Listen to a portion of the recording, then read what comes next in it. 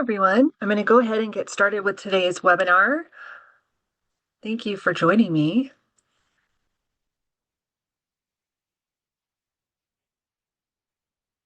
My name is Liz Rosbach, and I am the Assistant Manager for Community Engagement for the Washington College and Education Savings Plans. And I've been working for the plans for about over 8 years now, almost 9.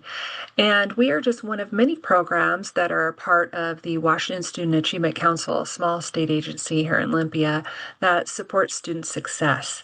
And November is open enrollment for our GET prepaid tuition plan, so it is a perfect time to talk about saving for higher education expenses.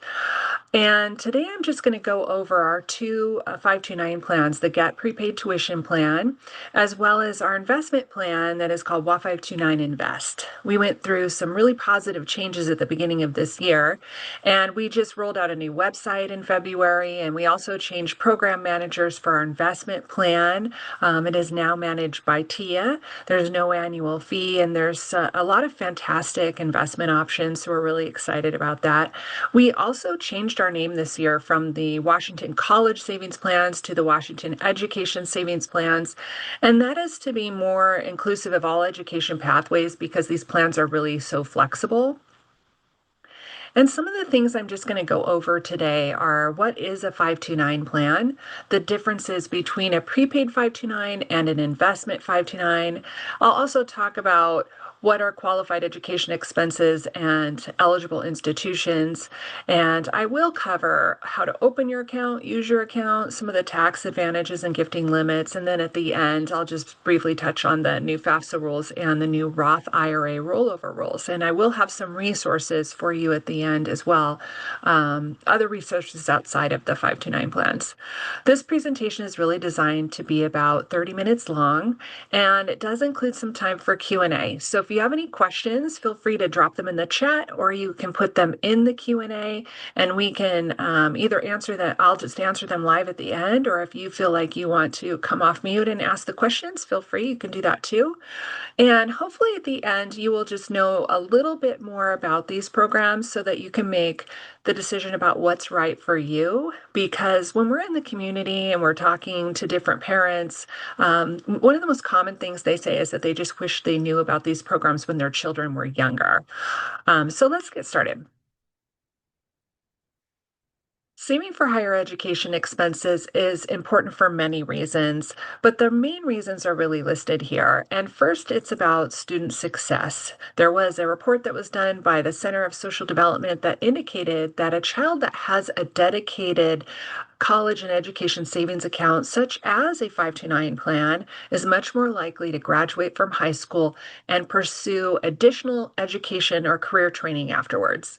And our agency's primary mission is for students ages 19 to 44 to attain some kind of post-secondary credential, and the 529 plans support that mission. And the second reason is to increase job and career opportunities. The Center of Education and the Workforce indicated that jobs nowadays require about 70% of jobs nowadays require some kind of education or training beyond high school. So whether a student chooses to go to a four-year college and university or a community or a technical school or even a registered apprenticeship program, the education that they pursue will really be invaluable for them to secure a job and start a career. And the third reason is to mitigate the student loan debt crisis. So college and career training expenses these days are increasing anywhere between 3 and 5% each year, and a large majority of financial aid packages come in the form of loans rather than grants. And that means that students are really overburdened with student loan debt for years long after graduation, which really can affect a lot of life goals like saving for retirement or buying a house or even just personal savings. And then one of the other things I want to mention about why it's also important is because saving for higher education expenses can also give your student choices. So aid, whether it's student loans or grants, do not always cover all the expenses that are needed to be able to attend that school. But your savings can help fill in the gap where aid might fall short. And then your kids can really go to the schools that they want to. The current student loan debt right now is at $1.7 trillion nationwide, and Washington, along with other 529 plans all over the country, are part of this national initiative to provide education information and resources about the importance of saving to reduce the student loan debt problem.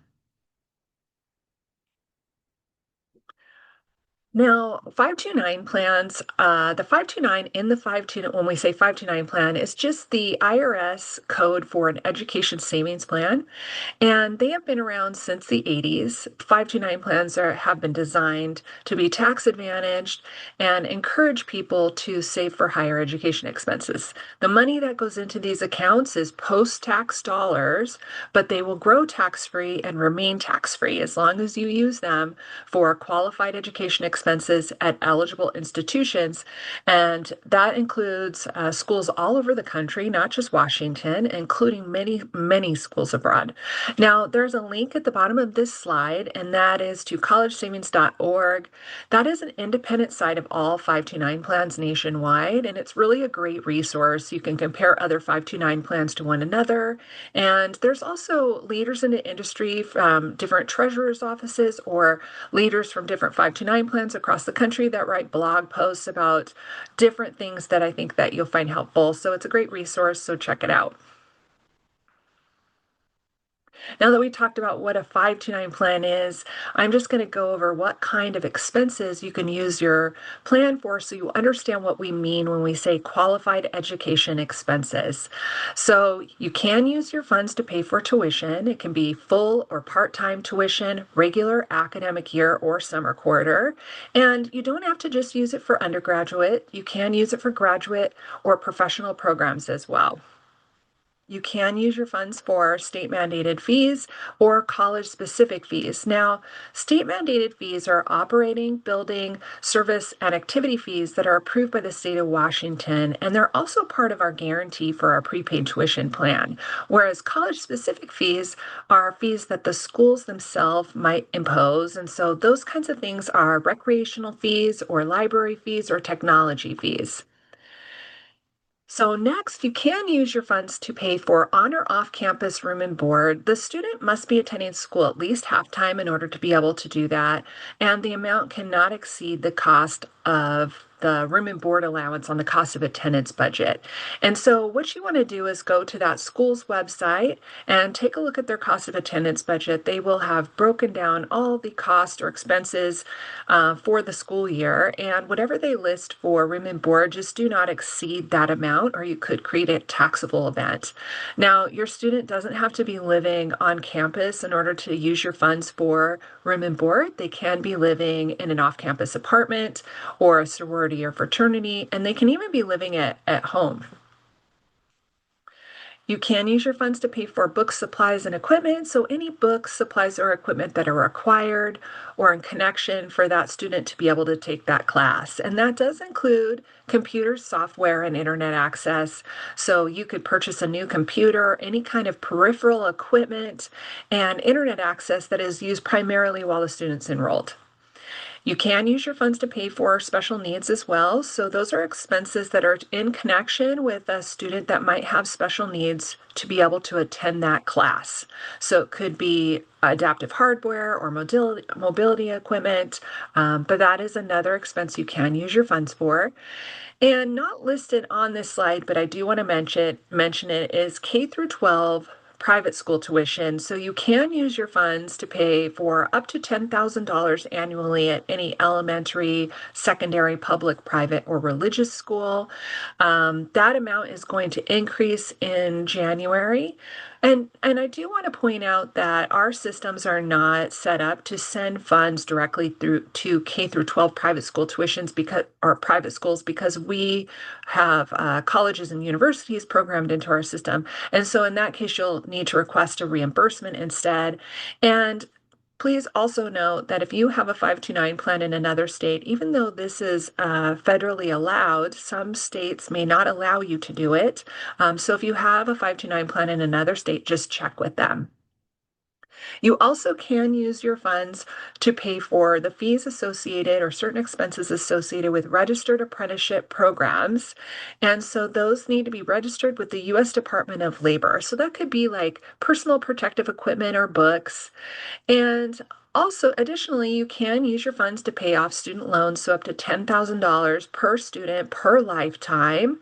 And now, recently, it was as of last January, if you have funds left over, or maybe your student doesn't use it for education, and you've had the account for at least 15 years in their name, you can roll the funds into a Roth IRA and get them started on their retirement account. Now, there are some certain parameters with that, and I will have a link to that at the end. But that is exciting news for some people, especially if they have money left over. Now that we've just talked about qualified education expenses and what that entails, let's go over what we mean when we say an eligible education institution. So you can use your funds for any eligible institution that is a public, private, community, technical, vocational school, a registered apprenticeship program or certificate program, nationwide and abroad. Okay. And when we say eligible education institution, usually what we mean is that school itself has a federal school code, meaning they accept federal financial aid from the United States. Now, that doesn't include probably most of the schools that you're thinking about, but if you ever want to check, you can always check on the FAFSA website, and you can also check to see if some of the schools abroad also have a federal school code. And I will have a link to that at the end.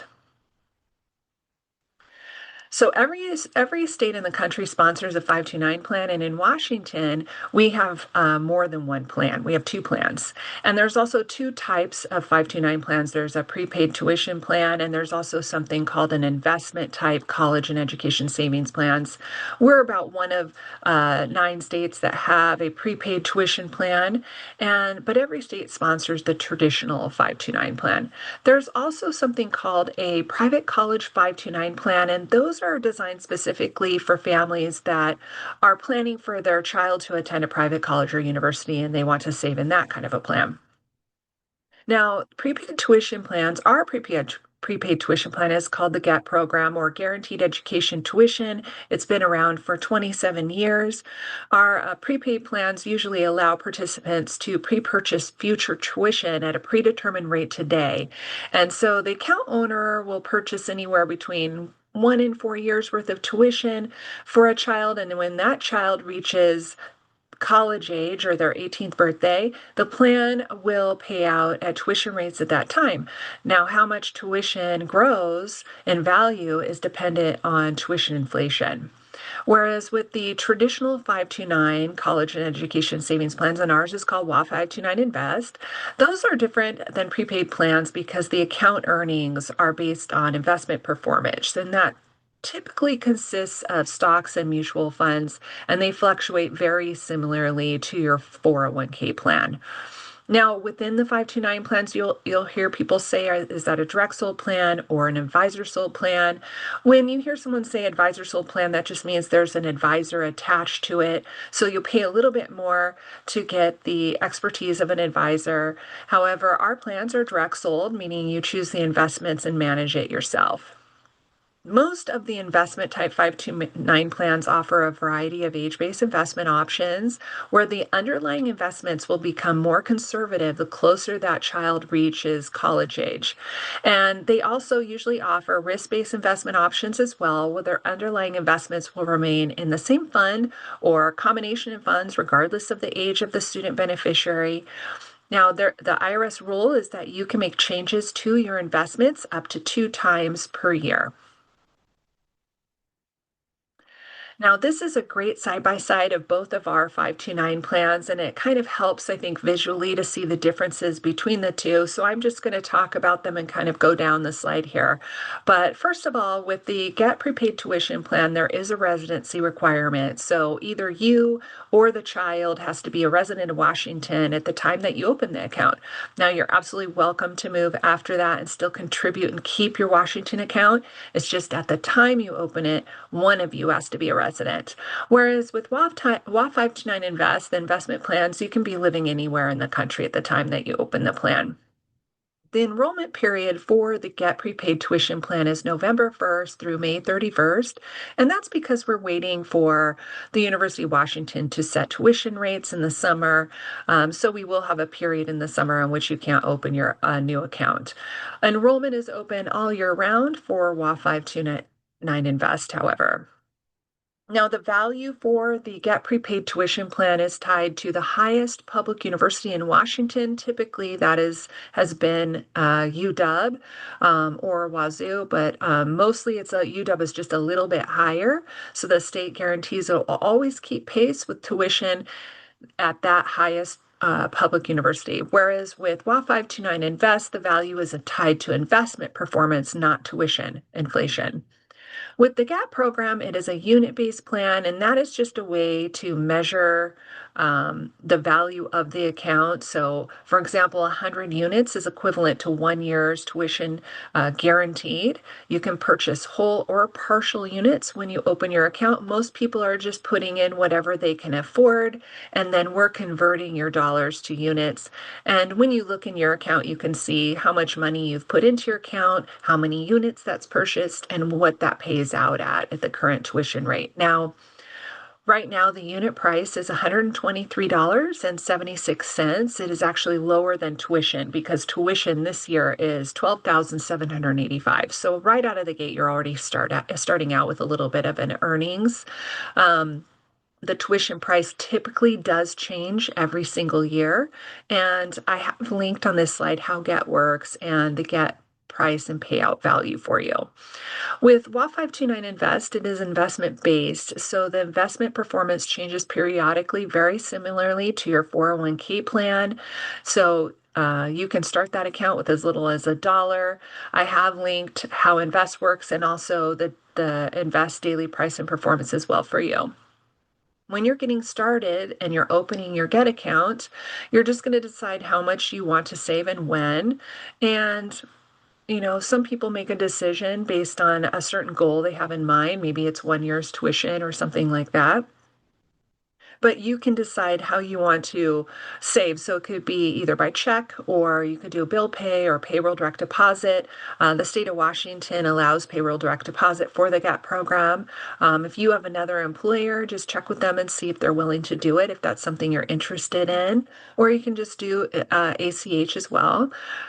With WA529 Invest, initially you're going to want to pick your investment option. The most popular one, or I think common one, is called enrollment year option. So this one self-adjusts. So about 50% of the investments are more aggressive, and they will self-adjust to become more conservative the closer that child is to college age.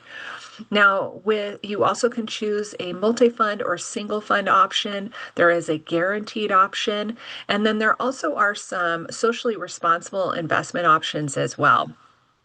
And with this plan, it's the same thing. You just decide how much do you want to save, and you can save in the same ways that you save with the GET program. The only thing is, if you're a state employee, WA529 Invest is not set up as payroll direct deposit for the state of Washington. So in that case, you could just send in a check or do bill pay or something like that. Now, the minimum and maximums for the GET program are 800 units per student per lifetime. And so technically that would be 400 units for room and board, or 400 units for tuition, and then 400 units for room and board if they were going to a 4-year college or university. Of course, you can use your units for any qualified education expense. We will release 200 units per academic year.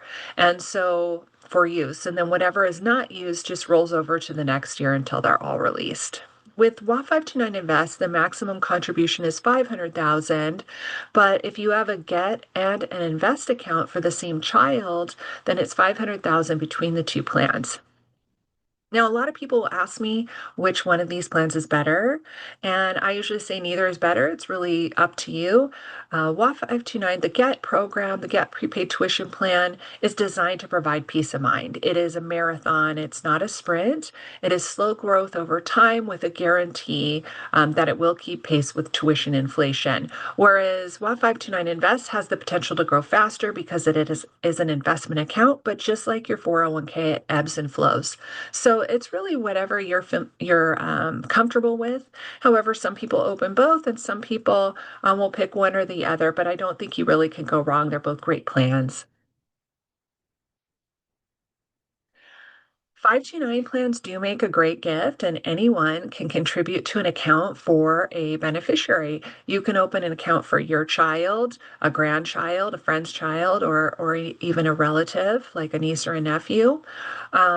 Contributions can be made online through personal bill pay service, ACH, or even sending in a check. And we do have gifter links that you can email out to your friends and family and invite them to put money into your account and help build it up for you over time. Now that we've talked about the importance of gifting and how families will often want to contribute in very meaningful ways, let's understand what the gift tax exclusion limits are, because these are very common questions. Now, your overall gift tax limit is quite large, but if you stay within these limits, then it just means that you don't have to report the gifts to the IRS. And they won't be included in your overall gift tax limit. So you can gift up to 19,000 per year as a single filer to a student beneficiary, or 38,000 if you're a joint filer. And if you have a larger amount to give all at once, like some people do want to front load their 529 accounts, you can gift up to 19 or up to 95,000 as a single filer, or 190,000 if you're a joint filer. And then the IRS will prorate that amount over 5 years, so that you don't have to report the gift. You can give this amount to as many individuals and beneficiaries that you like, free from income tax. And just remember to talk to a tax advisor for any specific details that might affect or impact you as the gifter or your estate. Now that we talked about the gift limits, let's talk about how 529 plans impact financial aid. And one of the advantages of having a 529 plan is that they have a minimal effect on financial aid. FAFSA, which is the free application for federal student aid, treats parent owned accounts more favorably because it looks at them like parental owned assets rather than income. And so when they are determining family contributions amounts, they only consider 5.64% of the 529 plan. So if you had $10,000 in your 529 plan, they would only consider $564 of that when determining your family contributions.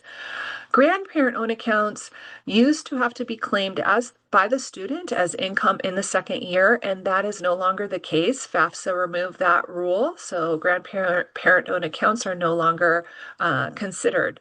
Keep in mind, though, that there are about 200 independent colleges in the United States that use something called a college scholarship service profile to determine their institutional aid, and they may consider a grandparent owned account. And I have linked the rules around updated FAFSA rules on this slide for you. Opening an account is really easy. So when you're ready to do so, it only takes about 5 minutes or so to open an account. You just go to 529.wa.gov, choose either the GET program or WA529 Invest. You'll need your name, social security number, and the address for both parties, the account owner and the student beneficiary. They'll also ask you for, if you want to, you can add an information release person like a spouse or a partner as well. Now, they can only call in and find out information about the account, but only the account owner can make changes to the account. We will also ask you to list an account owner survivor, and they take over the account in case something were to happen to you. Excuse me there. Just make sure that you have the social security numbers and addresses for all. And if you don't have the social security number, what some people do is they just put it in their name until they know what the baby or the child social is, and then they change it later. Um, we will get a welcome email from us after you open your account that will confirm your account numbers and then give you some tips and tricks on how to save, and then also ways that you can share your gifter links with friends and family to help them contribute to your account as well. The next step after you open your account is really deciding how much and how often you will contribute in order to grow your savings. And you have several options. A lot of people ask us how much they should contribute, and it really is a very individual choice depending on your budget and your goals. But some people will aim to save for 1 year's worth of tuition. Some will save just for room and board, and some will just break it down even more simpler than that and save for books and supplies. Now, you can do save in a variety of ways. There's no perfect way to do it. It's just whatever works for you. You can first set it up with automatic recurring contributions. So that could be either from your bank account or you can ACH or bill pay or something like that. You also can contribute one time per year. There are a lot of people I talk to that they contribute during tax time, maybe when they get a refund, and that's the time they contribute to their 529 accounts. Or you can contribute from your paycheck if your employer is willing to set up payroll direct deposit for you to kind of help you set it and forget it. You can contribute that way, and you can stop it at any time as well, or gifts. Now, I can't stress gifts enough. So please, like if you open your account, send those gifter links out to your friends and family and ask them to contribute to your account. It really does make a difference over time. When you're ready to use your account, it's very easy. You just will log in and you will make something called a direct payment request, or you will do a request of reimbursement where we send the money directly to you. When you're making a direct payment request, you're essentially asking us to send tuition or room and board directly to the institution. And you will get an email from us in the summer right before your child becomes of age. It's usually their 18th birthday, and we will describe how to initiate a direct payment request or a reimbursement.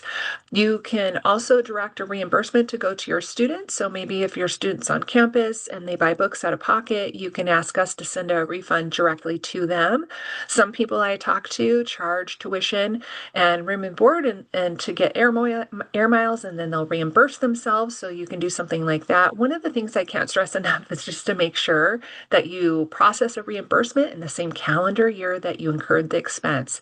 If you wait outside the calendar year or you forget to request a reimbursement, you could create a taxable event. Now, these are just some of the most common questions we get from people when we're speaking to people in the community. And the first one really is, what if my student decides not to go to college? And just keep in mind that students can choose any pathway. And so they don't just have to go to college. They could do a tech school, a certificate program, a registered apprenticeship program. But usually we'll encourage people to wait because sometimes children don't know what they're going to do right out of high school. And ultimately, though, you can change the beneficiary and give the account to someone else, or you could refund it if you want to. Some people also might decide to roll it into a Roth IRA if they've had the account long enough.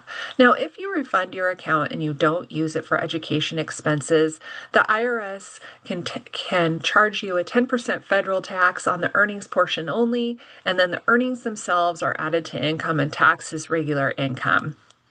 Now, also another question people ask is, what if my student receives a scholarship? So if they receive a scholarship, you can reimburse yourself up to the amount of the scholarship per year, which is not tax-free, or you could hold on to your account and use it for graduate school or some other educational expense. You can give it to another student. You could use it yourself for continuing education or roll it into a Roth, but ultimately the same thing applies. You can refund it. These accounts are always your money, so you always have that option. You're already doing some of these things. You can diversify your efforts by also complementing them by opening a 529 plan to receive additional benefits. So First of all, some people might open a Coverdell Education Savings account. These accounts are you can open at your bank or credit union. They do have maximum yearly contributions. Then there's also something called a custodial account. Sometimes parents will set it up where the child is the account owner, and then when that child becomes of age, they become fully in control of the funds. You also can pull money from a Roth IRA to use for education. Keep in mind, though, that FAFSA may look at that like income. And Gerber Life is an insurance policy, a life insurance policy that you can use for education. It does have limits on how much you can contribute, and it does not grow tax free. And then, of course, your bank or your credit union savings account. I do have a link to a form that will list all these different ways to save and whether or not they grow tax free and just other parameters about those different types of savings for you. Now, we have something called the Knowledge Cafe. It is our virtual learning center in which we have pre recorded webinars, and we also do other monthly webinars that you can sign up for if you want to sit through another one. If you don't have time, we have something called 529 in 529 minutes. These are just short snippets of videos where you can learn a little bit about 529 plans. And these are just some additional resources for you. So, first of all, it's our website, and then secondly, our parent agency's website. We administer the Washington College Grant. We also have other programs that come out of our agency, such as the College Bound Scholarship and the 12th Year Campaign. And we have a student loan advocate. We also have information about scholarships that we need more people to enroll in because there's a shortage in that field. So, don't forget about resources at the Student Achievement Council. And then I've also linked the College Savings Plan Network, the independent site of all 529 plans. IRS Publication 970, Chapter 7 is all the tax benefits and information surrounding the IRS rules surrounding 529 plans, as well as the Federal School Code search, where you can look up an eligible school, either in the country or nationwide. And then the apprenticeship program search for Washington State as well as nationwide. And then at the bottom, last but not least, are the FAFSA changes for grandparent owned 529 accounts and the Roth IRA rollover option. This is just the contact information for WA529 GET, the prepaid tuition plan, as well as WA529 Invest. So they're really fantastic. So if you have any questions, you can always Zoom with them as well. And they are really helpful. And now we're at that part in the webinar where you're welcome to ask any questions. And then I just see that there is automatically a question that says, are we going to receive links to the slide? Yes, I'm actually going to email out a copy of this presentation in PDF format. So thank you so much for asking that question.